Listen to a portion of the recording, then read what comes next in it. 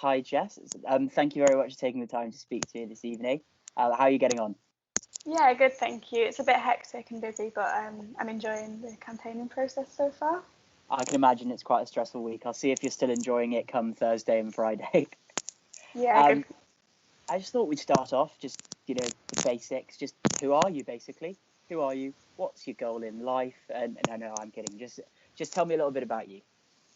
Yeah, so I study philosophy and I've been sport's been a massive part of my time in St Andrews. I joined the badminton club when I first joined the university, and since then I've been on the committee 3 times, first as captain and the last 2 years as president. I've been really involved in the sporting side of things, and I'm really passionate about helping everyone enjoy the benefits that I've received from sport, by making sport nice and accessible for everyone and that kind of thing. So looking back at sort of arriving at the university, what must probably feel like decades ago now, what were the things, or what are the things that stand out about how Saint Sport was running that you'd like to capture and keep going when you're in charge? Yeah, I can remember the environment of sports fair when I went in, and sort of all of those opportunities. And university life is busy, so whilst my intention was to join the handball club and the netball club and that kind of thing, I did end up only joining the badminton club, which is the sport that I've played for the longest. But it's a really exciting environment to see all those sports and have the opportunity to get involved with stuff. So yeah, that was maybe one of my lasting memories, how busy the arena was, with all the different sports. Yeah, seems like a long time ago that we were able to be in such large numbers together. Yeah. I was just wondering, before we get in and talk about your manifesto, which I must say is very aesthetic and very professional looking. I'm very impressed by the quality of graphic design every year that people put into these manifestos.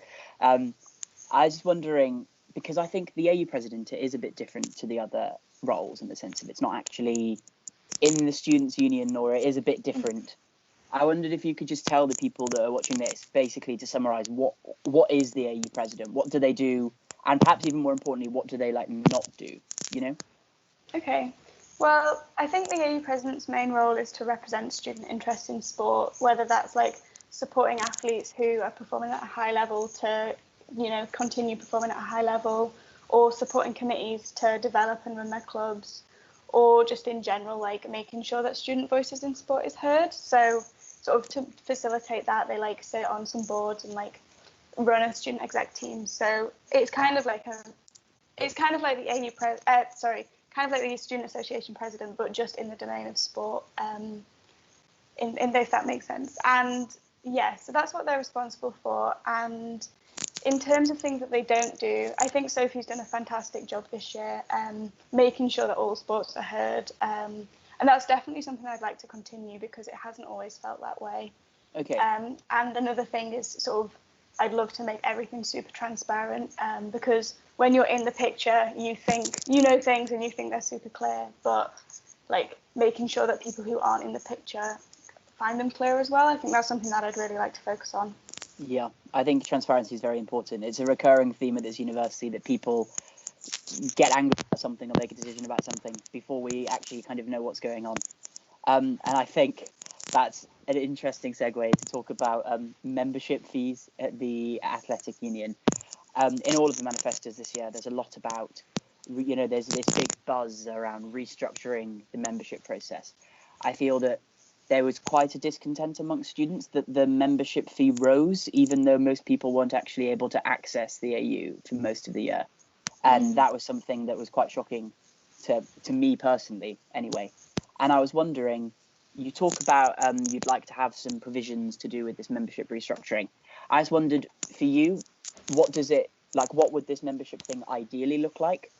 And then what do you think realistically you could achieve by being AU president with regards to this? Yeah, that's a good question. So I think ideally you'd want it so that every student who wants to play sport has the opportunity to, and the university already does a good job with things like hall sports, where students in halls can go and play sport for free, sort of a once a week kind of thing. So I think there's already that in place, but obviously like funding for clubs is a big issue, because like if the club's not funded properly, then you struggle to get teams to matches and that kind of thing. And if like players are put off sport by the cost, then obviously that's a limiting factor as well. So I'd really love to see it how like students are able to play, and that there's the provisions in place to help the students that need it. And I think that's a much more realistic goal than saying that you want to make all sport cheaper or that kind of thing. So I guess sort of in terms of realistic goal, there are already like budget restructures that are going on in the AU at the minute. So hopefully that would help to sort of facilitate making it fairer and making it much clearer about like the costs and the cost to clubs and stuff like that. So yeah, I think I'd sort of want it a bit more balanced across sports, and so that the students who need the support, like students on bursaries and that kind of thing, their support coming to sports as well. And I know that's stuff that the AU's currently working on, so I think it wouldn't be an unachievable goal to have as AU president. Okay, cool, thank you. I need to cough right now, so we're going to edit this bit out. Sorry. Yeah. So, okay, thank you for that answer. Sorry, I need to take a moment then. That cough put me off. Thank you very much for that answer. Something that you touch on is balance across sports and ensuring that everybody that wants to participate gets to participate. And you said that one of, the main things that drew you into the AU was your ability to, try out different sports and have lots of people involved in that. And you said that's not always been the case, that there have been some times when some people might have felt excluded. And a big part of your manifesto is talking about introducing sort of a universal code of conduct to tackle discrimination. I was wondered if you could, and obviously you can't say exactly what would be in it because this isn't something that you can just sort of magic up overnight. But I was wondering if you could tell me a little bit about what you envisage that including, like what would be sort of the guiding thing that takes you into that.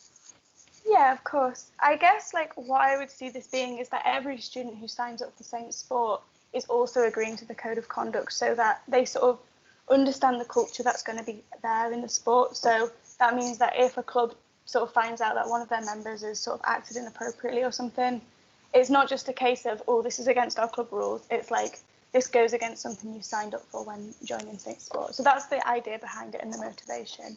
And like the things that I'd want it to include are sort of things like discrimination, whether it's on the basis of like gender or race or sexuality, and sort of lay out really clear sort of guidelines for that. And then I guess like sort of bigger picture things as well that like maybe don't touch on specific social issues, but also like help facilitate that. So stuff like sort of, like sportsmanship and that kind of thing, where it is sort of helping to move the needle towards people like being respectful for their teammates, opponents, that kind of thing. Okay, thank you. And something that also comes up in all of the manifestos, I think lots of these manifestos are quite similar, not necessarily because they're necessarily similar people running, but because there are sort of key issues that everybody seems to be pinpointing that they want to do something about.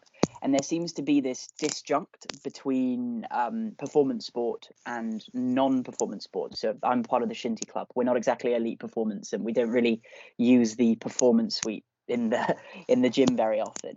But there does seem to be some sort of imbalance there, or perceived imbalance at least. And I wonder how you see that and how you would try and balance these things if you were in charge. Yeah, I definitely agree. Like, badminton's not a performance sport. And I can remember when I was captain, we just got 2 teams promoted, and we went and we said, look, we've got a team in the first division, we're performing well. Is this helping us become a performance sport? And the answer was a bit like pushing aside like the issue, and it sort of moved on, and we never really got anywhere with that. And I think what makes clubs so dissatisfied and sort of confused by the whole thing is that it's not clear what a performance sport is, what it takes to be one. And so it seems a bit arbitrary which sports are performance sports, especially when you can say, well, look, we got promoted this season and a performance sport didn't, like that kind of thing. Yeah. So I think I sort of see that as the problem. And I know Sophie's done absolutely amazing work to sort of work towards resolving it this year anyway. So it'll be more of like an implementation of sort of the new structure that's going to be in place. But what's really important for me is that it's the athletes who need this performance sport support that are getting it. For example, like we have a couple of players who are extremely strong badminton players who would benefit from like performance suite sessions and who would benefit for additional coaching, maybe like nutritional support, like the athletes in the performance programs get. But it seems, so what I would aim to do is, one, make sure the criteria for performance sports or performance in general are extremely clear, so clubs don't feel like they're being sort of like sneakily sort of undercut, if that makes sense. And also make sure that athletes are getting the support that they need to sort of achieve their sporting goals. Okay, cool. My next question was going to be, what exactly is performance sport? Because I think I was also unclear myself, but I think you've cleared that up for me a little bit as well. I wondered, so in your manifesto, and obviously it's very hard to capture the details of how you'll do everything. So I was just wondering if you could elaborate on something for me. I wondered if you could talk to me a bit about sustainability in sport and what you feel like, what you feel like clubs can do to be more sustainable. Because something I brought up in another interview as well, and the other person decided to disagree with me, but I don't know. Well, no, sorry, I'm going to restart this question because that's bambling and I'm not allowed to compare. I don't know how it goes.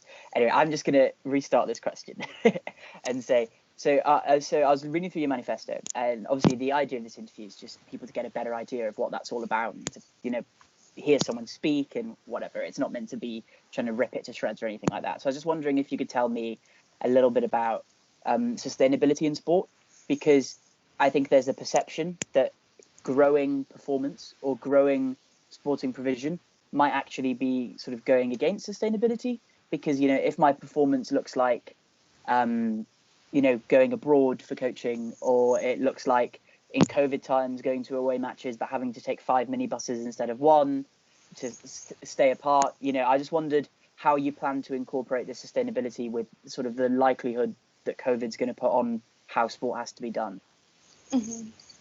Yeah, that's a great question. I think there's lots of different aspects to sustainability. So, I don't think it would all be about restricting clubs from doing certain things. I think part of it would be supporting them to do things better. It'd be super simple to get all clubs to make sure all their bank statements were online, and make sure they didn't take unnecessary journeys, and making sure transport was shared and that kind of thing. So I think sort of helping students out to sort of access those things, making it super clear about recycling and that kind of thing, would help create a culture of Saint Sport that's a bit more sustainable, rather than sort of taking big actions. I guess Saint Sport goal is multiple. They want to ensure that athletes do really well, but they also want to make sure that they're part of the community and sort of part of the student community as well. So I think working together on those initiatives. One thing that I have in my manifesto that sort of I thought was quite an interesting new idea was to have collaborations between sports clubs and societies, because sports clubs, or we as the Badminton Club and other clubs I've spoken to, do have a lot of volunteers, and they have people who want to get involved, and the clubs themselves want to get involved with volunteering and that kind of thing. But it's sometimes that will be sport related and sometimes it won't. But also societies have events where they want a lot of volunteers, for example, beach cleans and stuff like that. So one of my ideas was to sort of facilitate collaborations like that, where both the sports clubs and the societies get a little bit of get stuff from each other, and sort of in doing that would sort of lead to sort of progress in social and sustainable aims. All right, thank you very much for that. Again, you're just second guessing me every time. My next question was going to be, can you tell me about that idea? Because I also thought that was very interesting to have societies doing things together. I particularly like the example of, I don't know if it's in this manifesto, but the example of they could go to protests together. That maybe I quite like that as a suggestion. Yeah. So I think the next thing I was going to ask is just, I understand that you love sport and you want to help people out and you think you'd be quite good at it. It's quite clear that you would be quite good at it. What drives you to do it now, in the state that the world is in with the global pandemic, and mainly the restrictions that's put on sport and the uncertainty that there is on sport going into the next academic year? Why are you putting yourself through it? I guess one of the other points in my manifesto is that I'm really keen for sport to be a place where people can meet new people and that kind of thing. It's been really clear this year. We've had members in the club who are not maybe the most interested in like getting good at the sport, but what they're really interested in is socializing and meeting new people. And sport is a great way to do that, regardless of whether there's a pandemic on. So I think this sort of opens a door to sort of present a side of sport that's not all about competing or developing specific sporting skills, but that's about like improving mental health and like meeting new people and that kind of thing. So I guess like that motivates me regardless of what the state is going to be next year. But also like it adds to it because, you know, sport might be one of the few opportunities where people can meet each other more freely if restrictions are still quite heavy. I guess another reason that I'm like extremely keen and like excited about doing it, even though there's like COVID, like it will be a challenge, but it is a challenge that I think I can like live up to. I'm like extremely hardworking and organized, and like I do care a lot about sport, as you said. So like I would be extremely interested in helping it happen as much as possible. Yeah. Yeah, so thank you very much. And another question. You talk about, you know, looking forward to the challenge ahead, and, you know, and your Coco, I think your manifesto says that you're very like results orientated, and you've racked up a ridiculous amount of hours working within sport over your time at uni. I was just wondering, say you get told, right, Jess, at the end of your AU tenure, you can have achieved one thing, maybe two at a push. What would those things be? I'd be really, really interested in making sport more inclusive. I think that's sort of like one thing, because like as a coach, you can see this as well, where even if you've got three amazing athletes, if you don't have people below them who can like push them on and move them forwards, like the structure doesn't work. So for me, like making sure people don't feel like there's barriers to sport and helping people to receive the benefits that sport can give them is really important to me. So like that would probably be my like primary outcome, is to keep growing Saint sport in terms of participation. All right, thank you very much. Sorry, just give me a second. I'm trying to think of other things to ask. Oh gosh, this is again the same thing. Last time I meant to ask this question first, and I ended up forgetting it until the very end. So I'll ask you now, and then I'll edit out this bit where I admit that I forgot to ask it. I was wondering, you know, sport's clearly a big part of your life, and it drives you to do a lot of things. I was wondering who for you is, you'd say, your sporting idol. I'm from Sheffield, so Jess is also from Sheffield. We like sometimes see her walking her dog with her family. So it's quite cool to be able to see someone like who's not that far away from me in like demographic and like that kind of thing, doing such successful things. So I'd probably say Jess Ennis. I think that's a pretty solid answer. Yeah.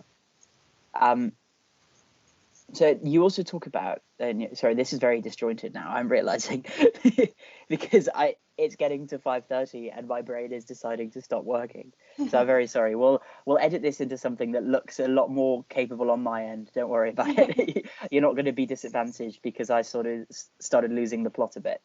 So you talk about tracking club structure, diversity and outreach. Mm-hmm. And these are words that crop up in all different kinds of manifestos for all different kinds of things.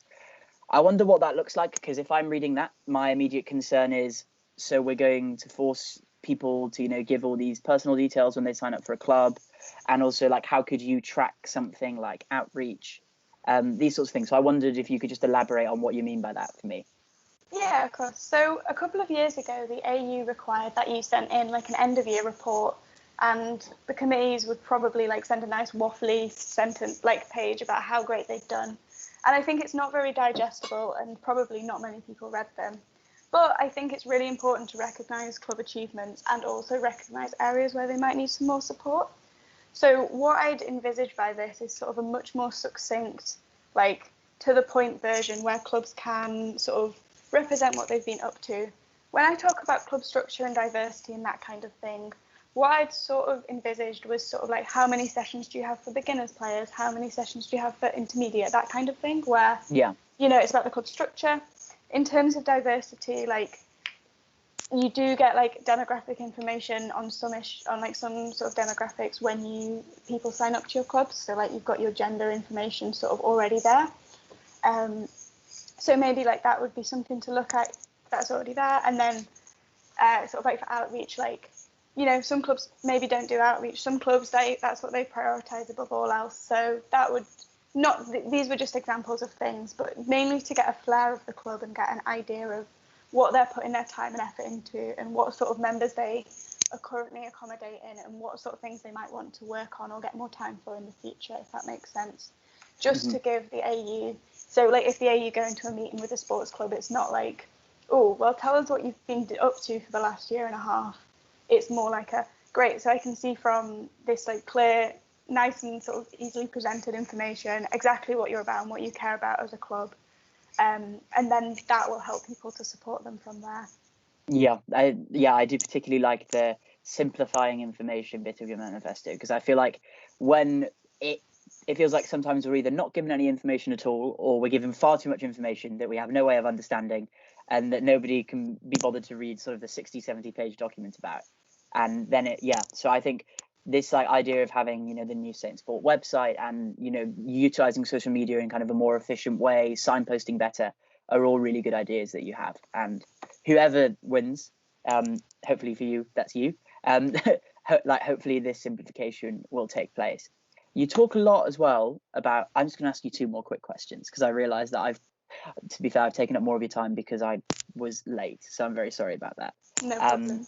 And so just two quick questions. One was, sorry, I have just three more quick questions for you, and perhaps they're not that quick, but I have three more questions for you, if that's okay. So you just talked a lot about making information succinct and clear and available, not just the outward facing information that's like the stuff that will be on your website, but also for communication between captains, presidents, and the AEU is sort of what I was getting from that. Correct me if I'm wrong. You also talk about transparency in budget requests and transparency perhaps in like membership, and I wondered what that looks like for you. Yeah, of course. So clubs get asked for a budget request each year, and it's not clear whether you're putting in can I start this one again, actually? Sorry. Yeah, of course. I've restarted myself like 4 times. Don't worry about it. Sorry, I've got to remind myself. I'll re-ask the question and then you can just answer it. So you've just talked a lot about transparency and about making information sort of more useful, perhaps not having as much of it, but making what you do have clearer and more purposeful. And I think that's a really good idea. And that is when you've been mainly talking about on the AU website and also in between sort of club presidents and the AU or the Saint Sport structure. And then you also talk in your manifesto about having more transparency with kind of budget requests in the membership restructure. And I just wondered what that transparency looks like for you, because I know something that people get frustrated about is, I'm spending £180 on my membership. Where's that going? So if you just tell me a little bit about what you plan to, or how you plan to address this, or if you plan to address it. Yeah, of course. So one thing that the AU asks for as well is what your budget is, and every year we're sort of a little bit torn between whether this is our ideal case for what the AU would give us in terms of support, or if this is like a realistic overview of everything that we're spending in a year so that the AU get a full picture. So what I would really like to see is the AU funding being like quite clear and quite explicit, so clubs know what they're getting in advance, and so that can inform what their decisions are.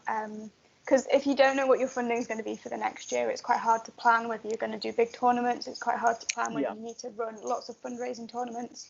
So that would be what I would love to be extremely clear and explicit, is like what the information they're asking you for is going to be used for, and relatedly like what the budget they're going to give you is going to be like. And obviously it's going to be difficult with like COVID and changing cuts and that kind of thing, but just making that information extremely clear, perhaps on the website, would be really helpful, so that clubs can sort of see what's going on, and maybe they can see how much money they're getting, and then when they compare it to another club, they're not like, oh my God, that's crazy.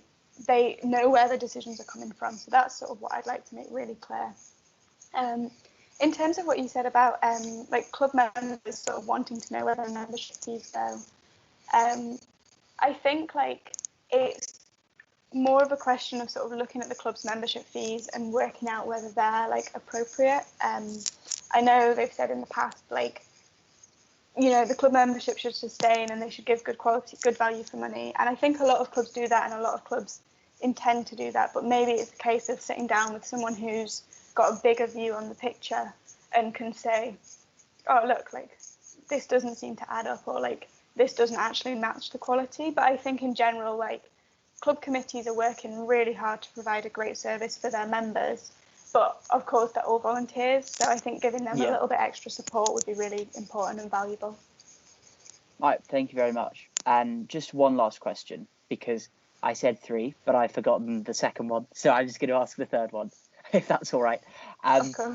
I was wondering how, because we've talked earlier about how the AU president is different to all the other sabbatical officers. And I just wonder how you envisage your relationship with the other sabbatical officers. Like, in what way would you like them to help you, and how would you like to be helping them? Sort of just tell me a little bit about that. Yeah, of course. I think like it's really important. You're all in the same position, so hopefully it seems like you could definitely learn from one another. Like if there's great structures in the union, you probably want to slide them over to the AU and vice versa. So I guess one thing I'd love to see is like a close relationship where we can learn from one another. But as well as that, like a mutual supportive relationship in terms of getting people involved. Like I said, a couple of my manifesto points do relate to sort of interrelations between the AU and the student union. So I think like having that clear communication between them and, you know, supporting each other when that's needed is really important. And another thing is I would love to see like a continued but more visible communications with like the sort of well-being side of things and the sort of like disability officers at the uni and that kind of thing, where there are people there who are ready to support students, and making sure there's like a clear connection between them and sports would be really great. Like especially as some of that is already happening behind the scenes, but because it's so behind the scenes, students aren't necessarily aware of what's going on. Yeah. Thank you very much, and thank you for taking the time to speak to me. Best of luck with the rest of your campaign, and I hope you don't get too tired by the end of it. I hope you get a relaxing weekend either way, no matter how it goes. Thanks for having me. This has been great.